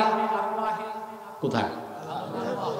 আল্লাহ পাক প্রশ্ন করেছিলেন, আলাস্তু বিরাব্বিকুম, আমি কি তোমাদের রব নই? আমরা জবাব দিয়েছিলাম বালা। সেটা আল্লাহর আনুগত্যকে মেনে সেখানে ইবাদত করেছি। সুবহানাল্লাহ বলবেন। আদমকে সৃষ্টির পরে আল্লাহ ইবাদত চালু করলেন জান্নাতে। কোথায়? কোরআন কারীম সাক্ষী। আল্লাহ আদমকে ডাক দিয়ে বললেন, উসকুন আনতা ওয়া যাওজুকাল জান্নাহ ওয়া কুলা মিনহা রাগাদা, তুমি তোমার বউ জান্নাতে থাকো, যা খুশি প্রাচুর্যের, রাগাদা মানে ওয়াসিয়া, প্রাচুর্যের সাথে খাও। এটা আদেশ। আরেকটা নিষেধ করলেন, ওয়ালা তাকরাবা হাযিহি শাজারা, এই গাছটার কাছে যেও না। এই আদেশ আর নিষেধ এর বলে ইবাদত। আরে কাদেরকে নিয়ে বসছি আমি? মনে হয় কবরস্থানের মানুষগুলো সব উঠে আসছে। ঘুমাচ্ছেন নাকি? কে কে ঘুমান হাত উঠান। এক দুইজন হাত উঠাইছে, সে যাই হোক। তাহলে তাহলে আদেশ মানা নিষেধ ছাড়া তাকে বলা হয় কি? এই ইবাদতটা শুরু হলো কোথায়? আল্লাহ বলছেন বেহেশতে সবকিছু খাও, আদেশ। এই গাছটার কাছেও এটা কি? বলা তাকরাবা হাযিহি শাজারা, এই একটা গাছের কাছে যেও না, নিষেধ। এটাই ছিল ইবাদত। সুবহান। তারপরে ঘটনা তো বললে কিছু বুঝবেন না, অনেক লম্বা হয়ে যাবে। আদম হাওয়া আল্লাহর হুকুমটা মানতে পারে নাই। তারা দায়ী না, দায়ী শয়তান। আমাদের মধ্যে অনেক অসতর্ক বক্তা ইচ্ছা মতো আদম আলাইহিস সালাম আর মা হাওয়াকে গালিগালাজ করে, কিন্তু তার জানা নাই সে তার বাপকে গালি দিচ্ছে, তার জানা নাই সে একজন নবীর সমালোচনা করছে। আচ্ছা, আপনার বাপ যদি খারাপও হয়, সন্তান হিসেবে তার সমালোচনা করা যায়? এটা কি হালাল জাদার কাজ না হারাম জাদার কাজ? তা আদম আলাইহিস সালাম দোষ করছেন, এটা আমরা কেমনে বলবো? আরে এটা তো আল্লাহ বলতে পারে, আমরা বলতে পারি? বাবা দোষ করছে, দাদা বলতে পারে, ছেলে না, নাতি বলতে পারে না। আদম অপরাধ করছে, ফাআসা আদম রাব্বাহু ফাগাওয়া, এটা তো আল্লাহ বলছেন। আদম নাফরমানি করছে, সীমালঙ্ঘন করছে। আরে ভাই আমি কেমনে বলবো? এটা তো আল্লাহ বলছেন। আমাকে বলতে হলে রেফারেন্স দিতে হবে, আল্লাহ বলেছেন আদম নাফরমানি করছে, বাট আমি বলতে পারি না আদম নাফরমানি করছে। বাবার সমালোচনা এটা হালাল জাদার কাজ না। বাবা তো শুধু বাবা না, ছিলেন নবী। কথা বুঝেন ভাই সাহেব? না ঢুকে না মাথায়? তাহলে ইবাদত শুরু কই? আসলেন আদম হাওয়া দুনিয়া। এখানে আসার পর আল্লাহ সুবহানাহু ওয়া তাআলা তাকে দুটো কাজ দিলেন, ইবাদত আর দিলেন খেলাফত। সেই খেলাফতের কথা আল্লাহ তাআলা সূরা বাকারা 30 নম্বর আয়াতে বলেছেন, وَإِذْ قَالَ رَبُّكَ لِلْمَلَائِكَةِ إِنِّي جَاعِلٌ فِي الْأَرْضِ خَلِيفَةً। মুহাম্মদ সাল্লাল্লাহু আলাইহি ওয়াসাল্লাম, আপনি স্মরণ করুন সেই সময়ের কথা যখন আপনার রব ফেরেশতাদেরকে বললেন, আমি জমিনে আমার খলিফা নিযুক্ত করতে চাই।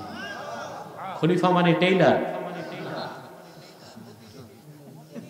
স্থলাভিষিক্ত। কুখ্যাত ইংরেজরা কোরআন হাদিসের সম্মানিত পরিভাষাগুলোকে বিভিন্ন ক্ষেত্রে প্রয়োগ করেছে আমাদের ইমানে আঘাত করতে। দর্জি, এর নাম দিয়েছে খলিফা, টেইলার। আবার ম্যারেজ রেজিস্টার, এক বগলে ছাতা আর এক বগলে খাতা দৌড়া, এর নাম দিয়েছে কাজী। এ তো কাজী না, ম্যারেজ রেজিস্টার নাই আপনাদের দেশে? এক বগলে ছাতা আর এক বগলে খাতা, এই বিয়ে বাড়িতে দৌড়ায়, এর নাম দিয়েছে কাজী। না, ইসলামী স্টেটের যিনি চিফ এক্সিকিউটিভ তার নাম খলিফা, আর ইসলামী আদালতে যিনি বিচারপতি তার নাম কাজী। পরিভাষাগুলোকে আমাদের সঠিকভাবে আমাদের মধ্যে চর্চা করতে হবে। আমরা ইংরেজদের শেখানো বুলি আওড়াবো না, ঠিক কিনা? মনে থাকবে প্রিয় ভাই বন্ধুগণ। তাইলে পৃথিবীতে আসার পর শুরু হলো কি? ইবাদত এবং খেলাফত। সুবহানাল্লাহ বলবেন। পৃথিবী শেষ, কবর থেকে আবার শুধু ইবাদত, খেলাফত নাই। কবর ইবাদত কোনটি হবে? 3টি প্রশ্ন।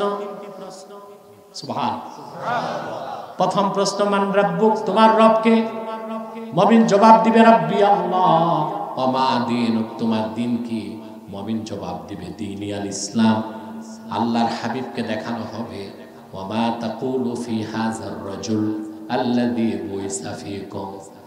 আল্লাহর হাবিব মুহাম্মদ সাল্লাল্লাহু আলাইহি ওয়াসাল্লামকে জান্নাতুল ফেরদৌস রওজা মুবারক থেকে মুমিনকে দেখানো হবে আর বলা হবে, ওনার ব্যাপারে যাকে তোমাদের গোটা বিশ্ববাসীর মুক্তির জন্য প্রেরণ করা হয়েছে, মুহাম্মদ সাল্লাল্লাহু আলাইহি ওয়াসাল্লাম, ওনার ব্যাপারে তোমার বিশ্বাস কি? মুমিন বলবে, হাযা নবিয়ুনা মুহাম্মাদুর রাসূলুল্লাহ ইমামুল মুরসালিন খাতামুন নবিয়্যিন। তিনি তো আর কেউ নন, তিনি নবীগণের নবী, আখিরি নবী, সমস্ত নবী রাসূলের ইমাম, আমার প্রিয় নবী মুহাম্মদ রাসূলুল্লাহ সাল্লাল্লাহু আলাইহি ওয়াসাল্লাম। আল্লাহ ডাক দিয়ে বলবেন, ইন সাদাকা আবদি ফাফরিশুহু মিনাল জান্নাহ ওয়ালবিসুহু মিনাল জান্নাহ ওয়াফতাহু লাহু বাবান ইলাল জান্নাহ। বেহেশতের পোশাক পরায় দাও, জান্নাত থেকে কবর পর্যন্ত দরজাগুলো খুলে দাও, বেহেশতের ফরাশ বিছায় দাও। এটা আপনার কবরের ইবাদত। তারপরে হাসর ময়দান, ওখানেও ইবাদত। সূরা কালামে আল্লাহ বলেছেন, ওয়া ইউকশাফু আন সা, আল্লাহ তাআলা সূরা কলমের মধ্যে বলেছেন, হাসর ময়দানে আল্লাহ পাক ওনার পিণ্ডলিটা খুলে ধরবেন, ওয়া ইউদাউনা ইলাস সুজুদ ফালা ইস্তাতিউন। আল্লাহ পাক ওনার পিণ্ডলি মোবারক, এই যে হাঁটুর নিচে টাকলু থেকে হাঁটু পর্যন্ত যে জায়গা, এটাকে বলা হয় সাক। কি বলা হয়? ইংরেজিতে বলে, উর্দুতে বলে পিণ্ডলি। আল্লাহ তাআলা এই পিণ্ডলির একটা অংশ প্রকাশ করবেন, নূরের তাজাল্লিতে গোটা হাসর ময়দান উজ্জ্বল হয়ে যাবে। আলহামদুলিল্লাহ ওয়া লা ইলাহা ইল্লাল্লাহ ওয়াল্লাহু আকবার ওয়া লিল্লাহিল হামদ। এটা হবে বেহেশতে আমাদের ইবাদত। বলেন সুবহানাল্লাহ। তাহলে ইবাদত আলামে আরওয়াহে ছিল, ইবাদত জান্নাতে ছিল, ইবাদত দুনিয়াতে আছে, ইবাদত কবরে থাকবে, ইবাদত হাসরে থাকবে, ইবাদত আবার জান্নাতেও থাকবে। আব্দ মানেই হচ্ছে রব, আমার আল্লাহর গোলামীর জিনজিন গর্দানে চাপিয়ে নেওয়া, এই জিনজির কোনোদিন আর ছুটানো যাবে না। দুনিয়াতে ব্যতিক্রম শুধু ইবাদত না, খেলাফত আল্লাহ দিয়েছেন মুসলমানকে। কি দিয়েছেন? সে খেলাফত আছে আমাদের মধ্যে, ইবাদত আছে, খেলাফত এখন ইবাদত তো বুঝালাম, খেলাফত 2 মিনিটে বুঝাই দিই, 2 ঘন্টায়ও বুঝবেন না, আমি 2 মিনিটে বুঝাচ্ছি যদি আল্লাহ তৌফিক দেন। সেটা হচ্ছে ইবাদতের ব্যাখ্যা আমি আপনাদের শোনালাম, হুকুম মানা নিষেধ ছাড়া, তার নাম ইবাদত। খেলাফত হলো হুকুম মানানো নিষেধ ছাড়ানো, তার নাম খেলাফত। হুকুম মানানো ছাড়ানো, তার নাম কি? খেলাফত। আমি একটা উদাহরণ দিচ্ছি, নামাজ পড়া ইবাদত। নামাজ পড়া কি? নামাজ পড়ানো খেলাফত। শরীয়তের হুকুম, যে ব্যক্তি নামাজ পড়বে না, হানাফি মাযহাব মতে তারে বেত্রাঘাত করতে হবে 25 বেত। কত বেত? আমি ইঞ্জিনিয়ারিং ইনস্টিটিউটে একটা বক্তব্যে গেলাম, আমি প্রধান আলোচক ছিলাম। সেখানে কিছু বুদ্ধিজীবী ছিল, দেখছেন, এক বুদ্ধিজীবী ছিল যিনি ইতিমধ্যে গত বছর আমার কাছে শোচনীয়ভাবে হারছে। উনিও ছিল, হারছে তো অনেক নাস্তিক বুদ্ধিজীবী, ওর মধ্যে একজন ছিল। তা আমি যখন বললাম নামাজ কায়েমের জন্য 25 বেত লাগানো শরীয়তের হুকুম, খেপে গেছে সে, কয় না যার খুশি সে নামাজ পড়বে, নামাজ না পড়লে 25 বেত লাগানো, এটা তো অমানবিক কাজ। পরবর্তীতে মাইক নিয়ে আমি তার জবাব দিলাম, আমার দেশে যখন মানুষ সেনাবাহিনীতে ভর্তি হয়, তার ট্রেনিং চলাকালীন ট্রেনিং এ যদি ভুল হয়, তার স্যার তাকে স্কেল দিয়ে পিটায়, এটা কি অমানবিক? ট্রেনিং দিচ্ছে, ট্রেনিং ভুল হলে সে সৈনিক হতে। আমরা প্রতিদিন আল্লাহর তাওহীদের ঘোষণা দিচ্ছি 5 বার নামাজের মাধ্যমে, এটা একরকম ট্রেনিং। অতএব এই ট্রেনিং এ গাফলতি করলে আল্লাহর হুকুম তারে বেত লাগাও, এটা অমানবিক হতে পারে? আল্লাহ এটা বলেন নাই যে কাফের মুশরিক নামাজ না পড়লে পিটাও, আল্লাহ বলছেন মুসলমান নামাজ না পড়লে পিটাও। মুসলমান নামাজ না পড়লে পিটাও, কারণ তুমি তো আল্লাহর সৈনিক, আর সৈনিককে তার ট্রেনিং পুরোপুরি নিতে হবে, আর এই ট্রেনিং চলবে শেষ নিঃশ্বাস থেকে রাত পর্যন্ত।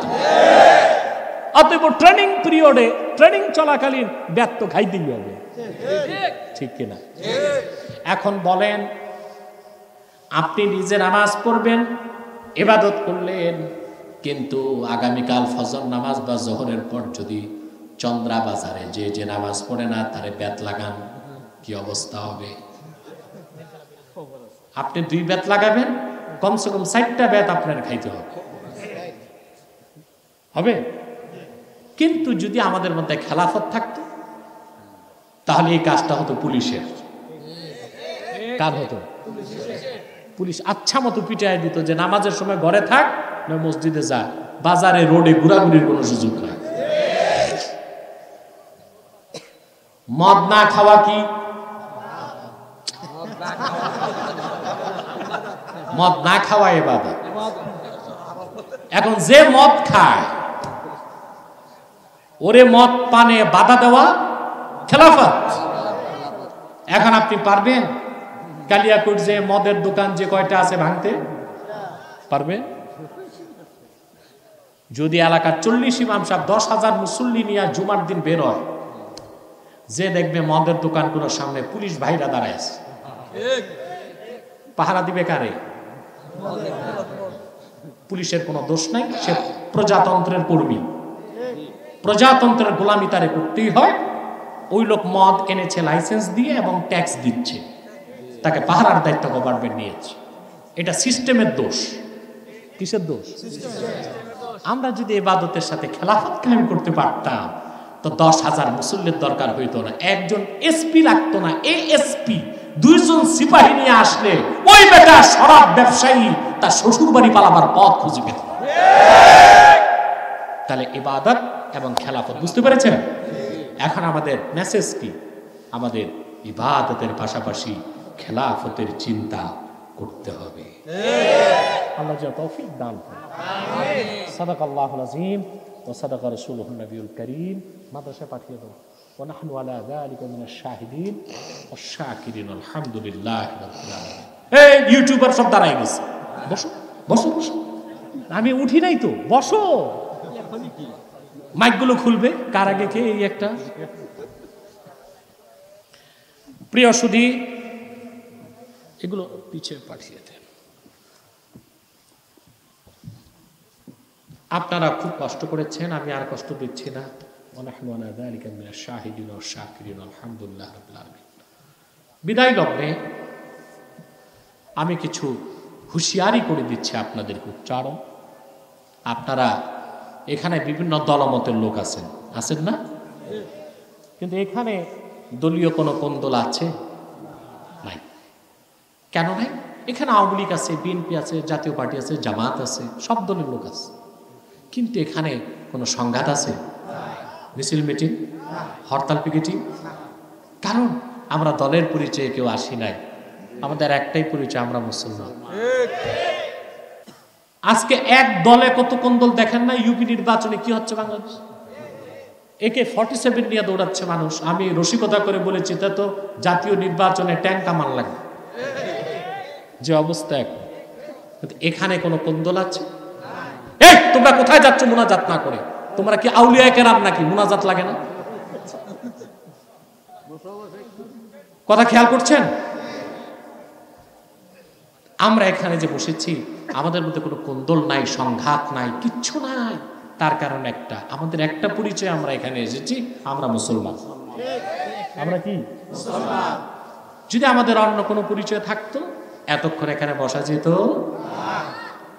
আমি আপনাদের করজোর অনুরোধ করব আপনারা মুসলমানে রক্তপাত করবেন না যদি কেউ আপনার রাজনৈতিক প্রতিপক্ষ হয় তাকে রাজনীতি দিয়ে মোকাবেলা করবেন সহিংসতা সংঘাত রক্তপাত দিকে বসে তারা কি তাদেরকে যারা কাফের বলবে না তারা কি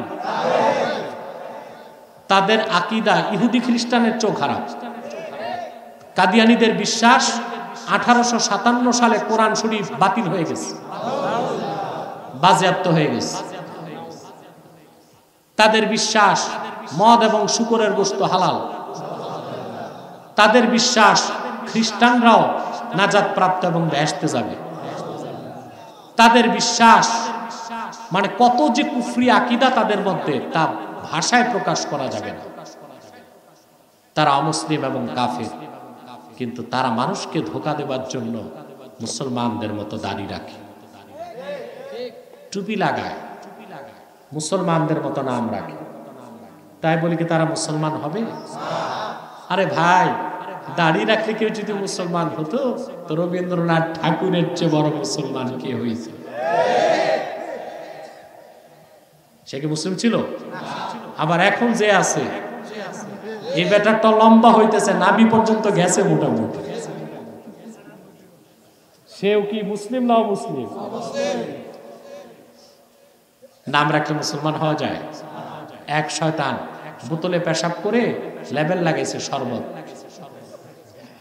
ওটা কি শরবত হবে ভিতরে কি তদ্রুপ কাদিয়ানীরা মুসলিম আব্দুল আউয়াল আব্দুল সামাদ মুবাশশির আলী কবির চৌধুরী এসব নাম রাখার দ্বারা তারা মুসলমান হতে পারে না আমার ভাইরা আমার বন্ধুরা আমার আল্লাহ নূর নবীজি আমার মুহাম্মদ সাল্লাল্লাহু আলাইহি ওয়াসাল্লামের ইসলাম ও কোরআনের হাজার হাজার হাজার বছর পরে বর্তমান ভারতের কুখ্যাত পাঞ্জাবের কুখ্যাত গুরুদাসপুরের কুখ্যাত কাদিয়ানে ইংরেজ আমলে এক শয়তান নিজকে নবী দাবি করছে চিল্লায় বলেন নাউজুবিল্লাহ শয়তান নাম রেখেছিল তার বাপ মির্জা গোলাম আহমদ কাদিয়ানী সাবধান তাকে গোলাম আহমদ বলা যাবে না কারণ গোলাম আহমদ অর্থ আহমদ এর গোলাম কোন কাফের কোনদিনও গোলাম আহমদ এর গোলাম হতে পারে না আর কাদিয়ানের কাজ্জাব ছিল কুখ্যাত কাফের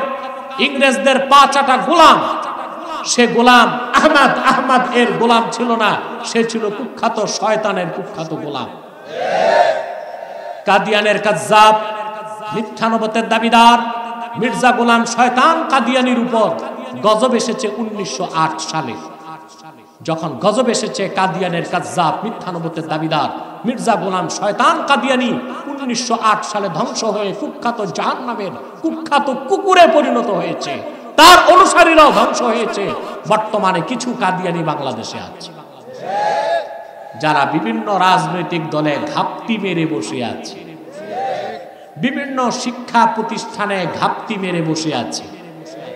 2013 সালে যে শিক্ষা কমিশন গঠন করা হয়েছিল সেটা চেয়ারম্যান ছিল কবির চৌধুরী, একটা কাদিয়ানি। আর সেই সুযোগেই সে বিবর্তনবাদের মতো কুফরি মতবাদকে বইতে ঢুকায় গেছে। এভাবে বিভিন্ন ডিপার্টমেন্টে এবং সংগঠনে বাংলাদেশে তারা ঘাপটি মেরে বসে আছে। তারা মানুষকে ধোঁকা দিতে নাম পরিবর্তন করে করে মিথ্যা পরিচয় দেয়। কখনো নিজেদের পরিচয় দেয় আহমদি জামাত, কখনো বলে আহমদিয়া জামাত, কখনো বলে আহমদি সম্প্রদায়, কখনো বলে আহমদিয়া সম্প্রদায়, কখনো বলে আহমদি মুসলিম জামাত, কখনো বলে আহমদিয়া মুসলিম জামাত। সাবধান, যত কাদিয়ানি ছিল আছে থাকবে, তারা কেউ আহমদি জামাত নয়, আহমদিয়া জামাত নয়, আহমদি সম্প্রদায় নয়, আহমদিয়া সম্প্রদায় নয়, আহমদি মুসলিম জামাত নয়, আহমদিয়া মুসলিম জামাত নয়, তারা শয়তানি জামাত, কুখ্যাত জাহান্নামের কুখ্যাত কুকুরের দল। আমাদের সকল দলের একটাই দাবি, অনতিবিলম্বে স্বাধীন বাংলায় শয়তান কাদিয়ানীদেরকে রাষ্ট্রীয়ভাবে অমুসলিম ঘোষণা করতেই হবে, করতেই হবে, করতেই হবে। এই দাবি আদায়ে যদি জানমাল দিতে হয়, কারা কারা প্রস্তুত আছেন? আমার প্রিয় ভাই ও বন্ধুগণ, হেফাজতে ইসলাম বাংলাদেশের 13 দফা দাবি ছিল, ঠিক কিনা? এই 13 দফা দাবির মধ্যে মূল দাবিটাই ছিল কাদিয়ানীদেরকে রাষ্ট্রীয়ভাবে অমুসলিম ঘোষণা করতে হবে। এই 13 দফার অন্তত এই একটি দফা দাবি আদায়ে সকল মাসলাকের মুসলমানকে, সকল রাজনৈতিক দলের কর্মীকে ঐক্যবদ্ধ হতে হবে। মনে থাকবে? তাদেরকে অর্থনৈতিক সহযোগিতা করবেন না, করেন করেন করেন।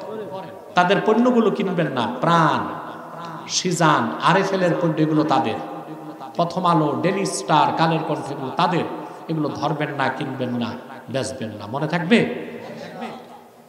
ইসলাম মুসলমান আর বাংলাদেশের বিরুদ্ধে আরেকটি সম্প্রদায় কাজ করে যাচ্ছে, অমুসলিম, সেটার নাম ঈসাই তরিকা। এটা কি? এটা খ্রিস্টানদের একটা ছদ্ম দল। এরা বলে যে এরা মুসলমান, পরবর্তীতে মানুষকে ধোঁকা দিয়ে বলে যে আমরা ঈসার উম্মত মুসলমান। ঈসার উম্মত মুসলমান না খ্রিস্টান? বাংলাদেশে ঈসাই তরিকার সংখ্যা এখন 9.5 লাখ। কত? 9.5 লক্ষ। এরা মানুষকে যখন ধোঁকা দেয়, এদের বড় এক লিডার, এদের বড় এক নেতা কানাডাতে থাকে, এক বিশ্ববিদ্যালয়ের শিক্ষক। ওই লোকটা গত রমজানে আমার কাছে ডিবেটে হেরেছে। আলহামদুলিল্লাহ, আপনারা দেখেছেন ডক্টর তাজ আসবে। সে তারা মানুষকে ধোঁকাটা কিভাবে দেয়? তারা প্রথম যে কুফরটা মানুষের মধ্যে ঢুকায় কাফের বানাতে, সেটা হলো তারা বলে শুধু কোরআন বিশ্বাস করলেই হবে, হাদিস বিশ্বাসের সুযোগ নেই। এই প্রথম কুফরি আকীদা ঢুকায়। তারপর মানুষটাকে ধোঁকা দিয়ে পুরাপুরি খ্রিস্টান বানায়। কিন্তু এদের নাম হচ্ছে ঈসাই তরিকা। কি নাম? এরা বলে যে এদের পুরা নাম হচ্ছে ঈসাই তরিকা ভুক্ত মুসলমান, আসলে খ্রিস্টান। এদের খপ্পর থেকে দূরে থাকার চেষ্টা করবে, পারবেন তো ইনশাআল্লাহ। পাশাপাশি হিজবুত তাওহীদ থেকেও দূরে থাকবে। এটা আরেকটা ফিতনা, বড় ধরনের ফিতনা, এবং এদের মধ্যে অসংখ্য শিরক এবং কুফর আছে। এদের থেকে সাবধান, সতর্ক থাকবেন। কথা বুঝতে পারছেন? আসুন আমরা একটু দোয়া করি, ইস্তেগফার করেন 11 বার।